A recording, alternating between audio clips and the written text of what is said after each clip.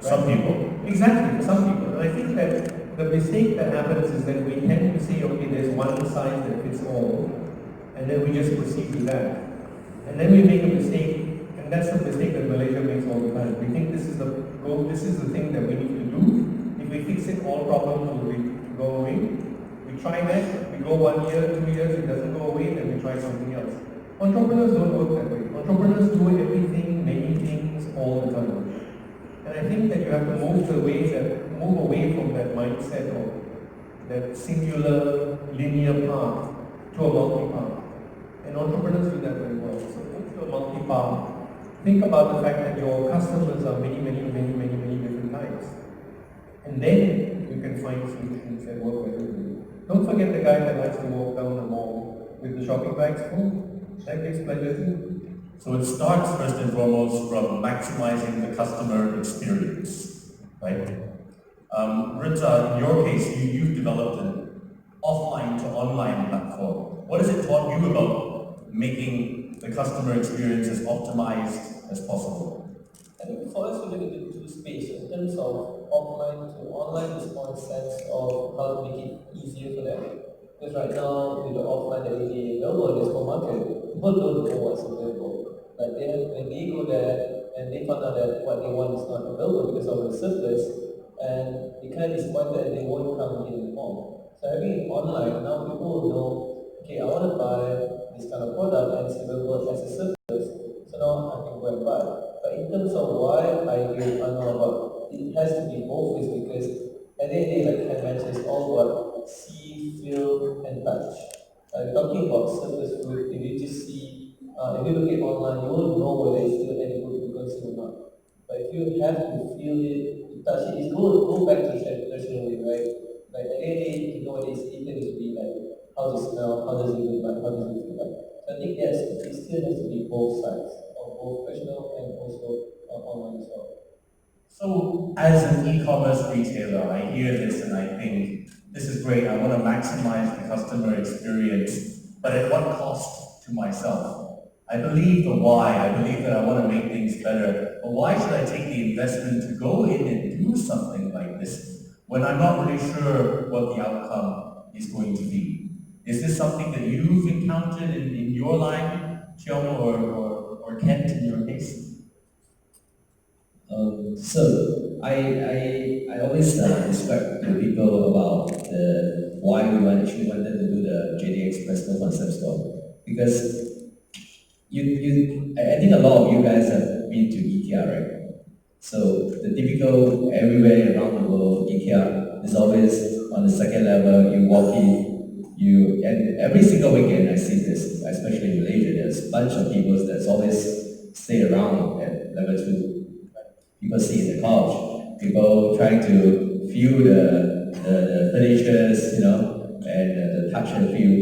You can, and after that you go to the level 2 and you take your goods. Can you imagine if IKEA now today have no more level 2 and only level 1? You think people would buy? I wouldn't go. Yeah. So, and the thing is that what we are trying to do is actually we are helping providing this kind of experience at the same time. We are resolving one fundamental issue, is that now if you can have your own IKEA, but you no longer need the level 1. So you do not need to have all the physical goods to be stored there, right? And you don't need to. Have you been to IKEA? I'm one of the lovers. I always buy a lot of furniture from there, and end up you always have to carry all the whatever heavy stuff, even in the 99 cabinet or whatever, you have to put it there, and you have to push it yourself, So now we make your life easier. So you have the similar experience. You go to the concept stores, you touch, and my wife always say, go to find 灵感. People still like to go out. People still like to go shopping. People like to find inspirations or ideas what to buy for their home, right? So you can't be just sitting at home and trying to, based on this AI, to know exactly what you need. But it's also sometimes even dining. Simply you say, oh, this light is quite nice, maybe it's good for our home, right? So perhaps then you actually can have a QR code there and you can actually buy the light there. If you are a restaurant tomorrow, you can also actually be the one that's selling lights. Can you imagine that? So this is where I think concept store is just the beginning of showcasing the whole new experience of retail, right? And we will foresee ourselves to be able to actually partner with a lot more industry like experts to actually to bring the whole experience to be available in a lot of other places as well. So I think to answer your questions from e-commerce platforms ourselves, what we are looking at is really to enhance the customer experience in multiple ways. And back to the omni-channel is how to be able to reach out to more touch points to allow people to shop and able to actually have the interest to shop anytime, anywhere. Right. Shopping being more than just the act of shopping, right? I go out for a fine dining meal, it's not just to eat mushrooms, it's because I'm in an ambiance where I enjoy that. So in terms of the experience, which is what I'm getting from all of you here, I'm going to put it to you, Kent. You're the technology guy here, right? I think everybody is dying to hear beyond just concept stores. There's a lot more in store here, right? There's AI, there's AR, there are beacons that can give you, information on your phone. Cast the net 10 years into the future. What do you see the phygital shopping experience as being?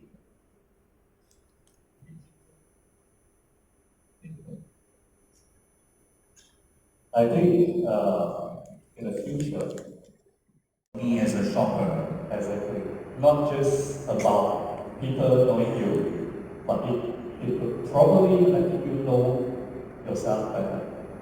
Okay, so we're thinking about sensors that can tell me that I'm sick, and when I pass by the medication part of a e-commerce store, they'll tell me you might consider this. Are we going to that depth right now? You see, in China, e-commerce is covered across all types of retailing, all types of category of goods.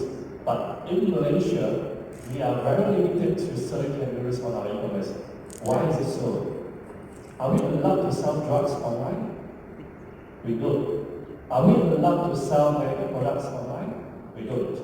Are we allowed to sell things that is more than beyond what physical product is online? Actually, those retailing are the ones that serve the purpose. It's online, but it's also offline. You are there, you physically interact with the things, but you are doing it online. Right? Yeah, and with that live analytics online, you can get the best information out from the retail. You know what you are supposed to do now. It tells you whether you are supposed to do it or not. It can assist you. I'm not saying that it will make decisions for you, but it will assist you as much as possible so that you might leverage on it to make a better decision.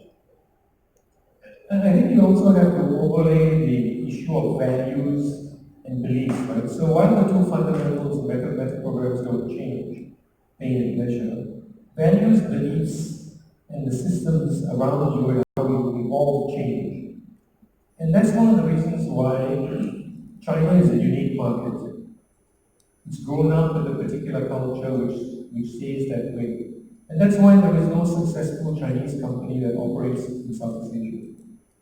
If you look at all the Southeast Asian markets, number one, number two, number three e-commerce player, there's no Chinese company. Because there is something about the value system that works for China and Chinese companies.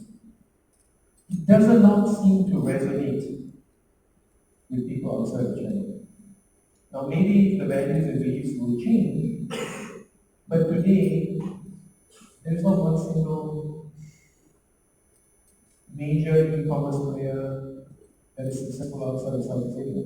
So you can sell into China, you can buy from China, right? Number one, number two, number three in Malaysia, Singapore is probably Shopee, Lazada. Lazada now has been invested in by Alibaba. Possibly no, because they were earlier entrants.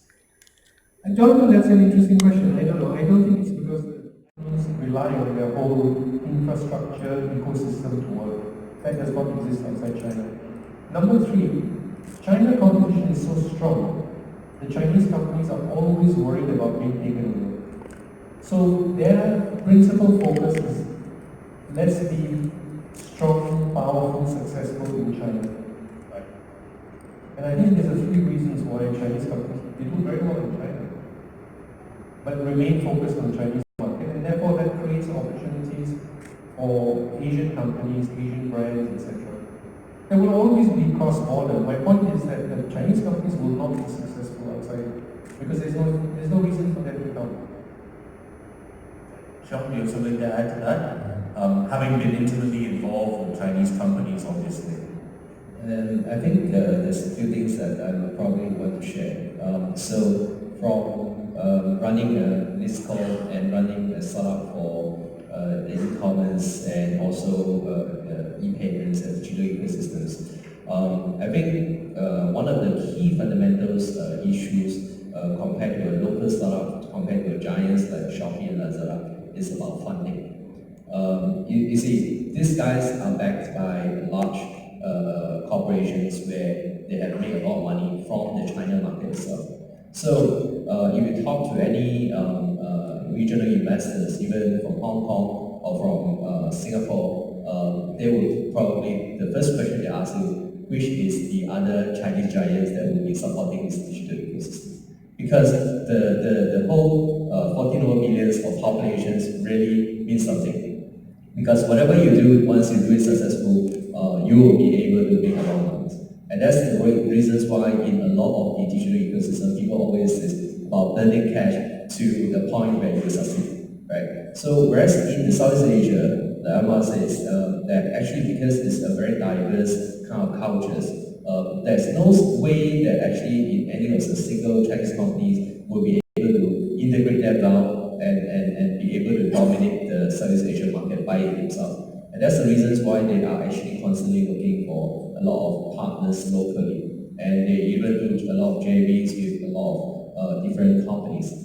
There is probably a lot of the big boys actions in the last few years. But I think we will foresee that actually in the next 2020 and onwards particularly, as I spoke to a lot of the other inland mainland Chinese companies who have never really stepped out of China before, probably because of the the trade wars, probably because of the slowdown in the Western markets. I think 2020 and beyond, you will see a lot more Chinese companies, including funds from Hong Kong, Taiwan, will be very focused on Southeast Asian market itself. Because whatever they want to do in China probably is almost like the winners are clear, right? So who is the one that specializes on this or that is there. Of course, they will continue to actually grow their business, but in order to grow further, they will always wanted to have a few more areas to look at, and Southeast Asia or generally ASEAN would be one of the key focus for many of these upcoming companies. As we know, once the Chinese companies come in, the game changes. So what would you say, Cheong, is the actual harsh truth, I suppose? If you are an on-ground retailer or you're a small e-commerce retailer in Southeast Asia, with the arrival of the Chinese companies, with the big boys investing more, what do they need to do now in order to ensure that they stay in the right position? I think it's all about partnerships. Like we say, the big boys will have a lot of cash. They have a lot of strategy, a lot of resources. Example, we talk about cross-border products. Chinese products, definitely, they will always be probably deployed in huge volumes, right? Because they're not looking at just you're not even talking about domestic market. Any orders that they order will be in many folds or times of what we order in Malaysia, because our population is only 25 million. In fact, in all the ASEAN countries, we are probably one of the smallest population apart from Singapore. So I think but however, doesn't mean that we don't drink a hot coffee or we don't drink, some of the durian coffee or whatever, right? So I think I think it's all about leveraging on the platforms, leveraging on others' reach to see how to actually make your cost to be more efficient, rather than thinking to do everything yourself. One of the things I realized after I've been out for many years from Malaysia, when I came back and started this ecosystem, I realized that every single person thinks that They want to do their own e-commerce. They wanted to have their own brands. They wanted to do their own shops. But you see, is it cost effective? So it's the same thing on why we wanted to do all these concept stores and why we wanted to look at multi-channels and using data to help our partners. Those who are actually working with us as you can see that we share, actually the cost of reaching the few hundred orders is only merely a few thousand. Can you imagine if you set up your own store, you do your digital marketing, how much you're going to spend, right? So sometimes I think the very important run is really to be more open, to look at how to partner rather than thinking of how to compete. Okay. It sounds amazing in theory, right? When I hear it from you. Then I go back to the office and I try to talk to the CEO, and I hear a lot of reasons why we shouldn't do this. Anwar, break it down to me from What's the major problem in the mindset, right? The reason why the Chinese culture is so successful, the American ecosystem is so successful, is for the basic reason that people grow up accepting risk. And because they accept risk, they're willing to try something, right? So the guy who goes to America to study, he has an option of stay at university or leave and do a startup. So my son-in-law did a PhD in physics in Singapore. And I was a bit distressed when he told me that I want to leave the university. So I said, why do you want to leave university, right? Lots of paid leave, lots of time off. And he says, yeah, but that's when you reach tenure. University professors never retire. So I might never get tenure, which means that, what's going to happen to me? So staying at university is actually high risk. And relative to doing his own startup, which is what he did last year, he thinks that's low risk, and he's right?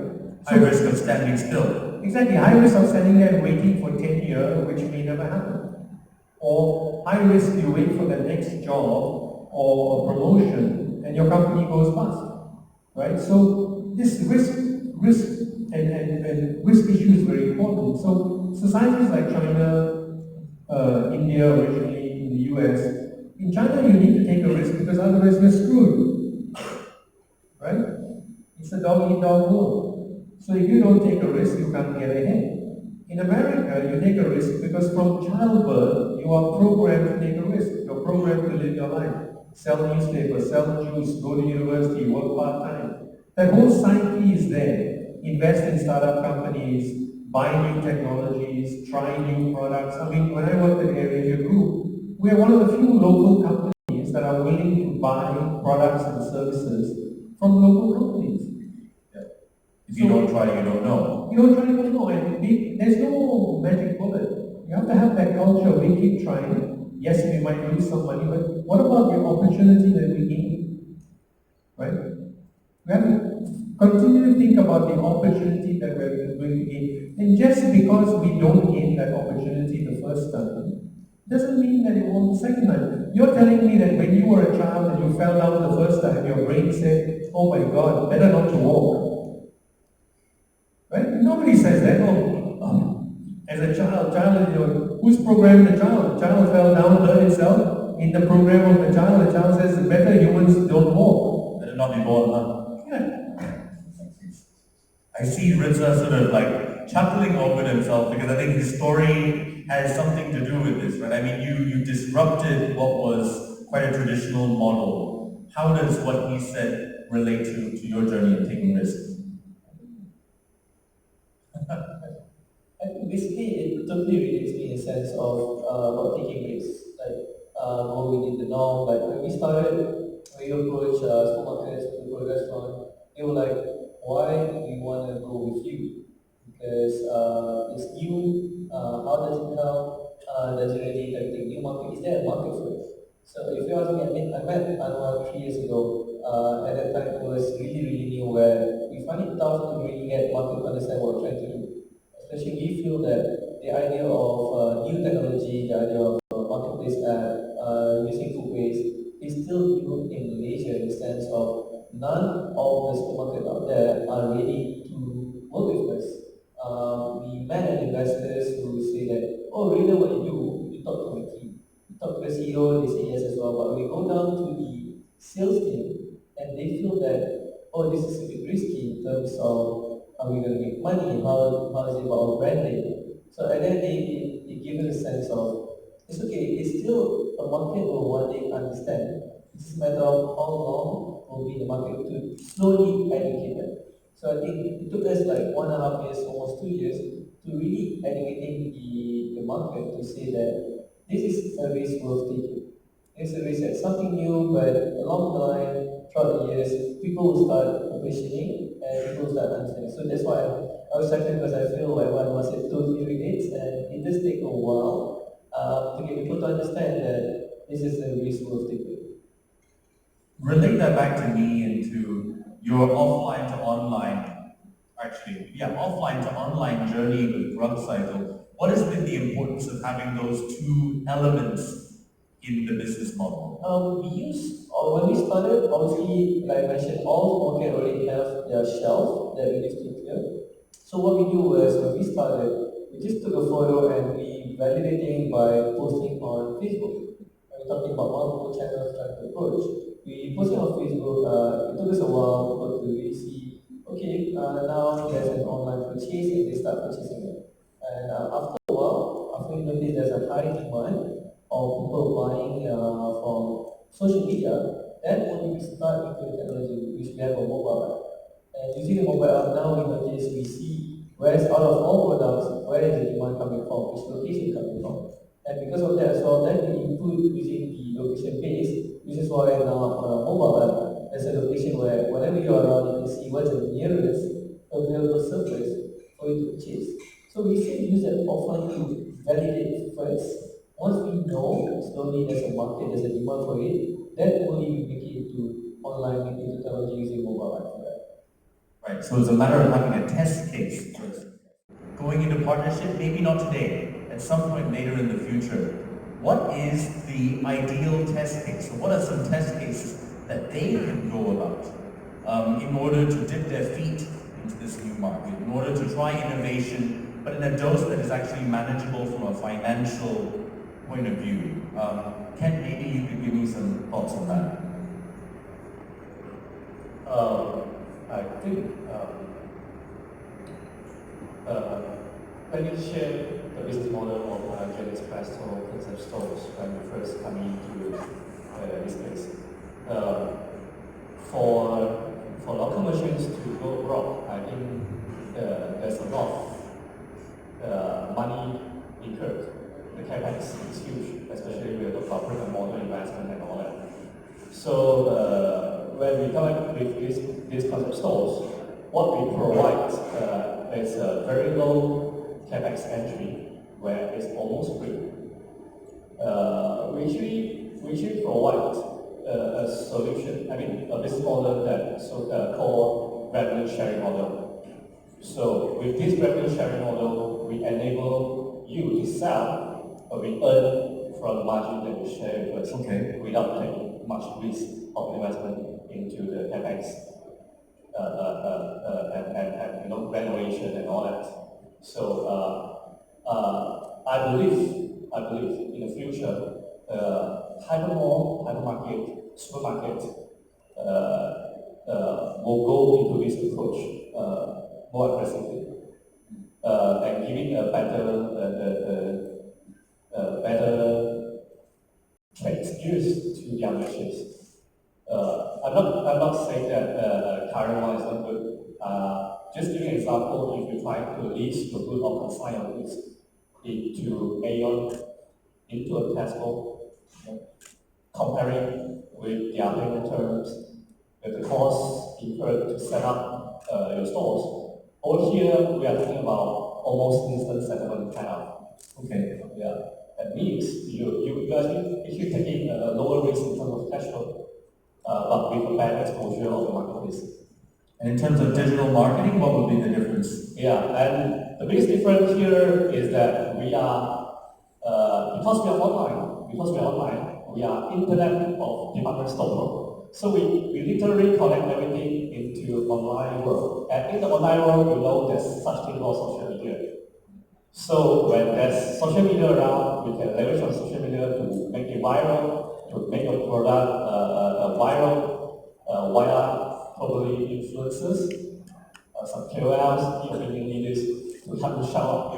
They serve as a promoter, and they take a step of the sales, the revenue sharing from them. Now these things change. Now, as a product owner, as a merchant, I do not have to worry about operating the stores physically there. I do not have to worry about whether my goods display is there traffic to my stores or not. So all I need to do is take care of my quality of the goods, my branding. The rest I can leave it to you, because you will have to shout out both online and offline. You will tell other people how the user experience is. You will tell other people how good my product is, and you are only taking a step from that. So I will take care of my costs. I'll make sure you have a better margin.